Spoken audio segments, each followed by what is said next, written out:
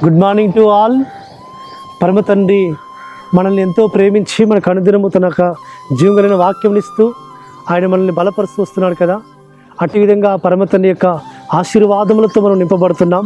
ఈ దినం కూడా అనుదిన కృపలవసం లేఖన భాగంలో చూసుకుంటుంటే యెషయా గ్రంథము 66వ అధ్యాయము 13వ వచనములో యెరూషలేములోనే మీరు ఆదరింపబడెదరు.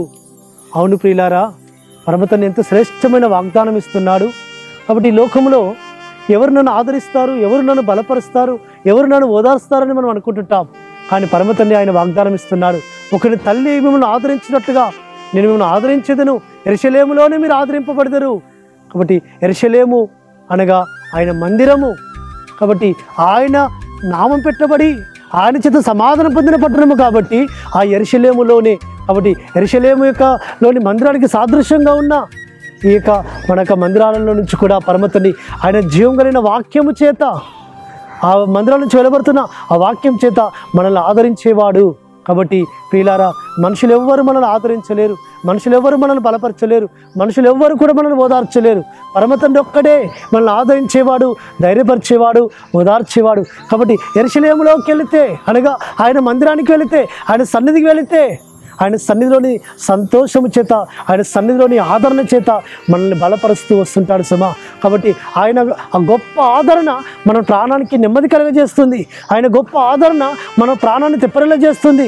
ఆయన గొప్ప ఆదరణ మన ప్రాణాన్ని జీవింపజేస్తుంది, మన ప్రాణాన్ని ఉజ్జీవింపజేస్తుంది సుమా. కాబట్టి ఈ లోకంలో ఆయన ఒక్కడే ఆదరణకర్త. కాబట్టి ఆయన అంటున్నాడు, నా ఆదరణకర్తను పంపించదును అంటున్నాడు. కాబట్టి ఆయన ఆదరణకర్త అయిన ఆత్మ చేత మనల్ని దర్శిస్తుంటాడు సుమా.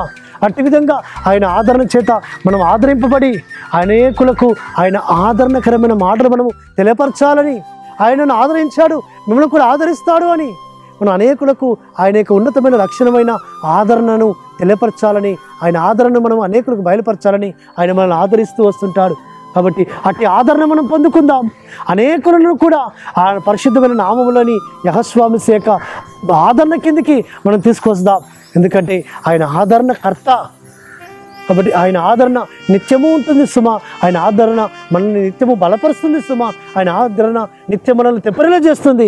అటు విధంగా మనం ఆదరింపబడదాం. అనేకుల్ని కూడా ఆయన ఆదరణ పొందుకున్నట్టుగా మనం నడిపించే సాధనములుగా, పనిముట్లుగా మనం వాడబడదాం. అటు విధంగా పరిశుద్ధాత్మ తండ్రి మనల్ని బలపరిచి ఆదరించును గాక.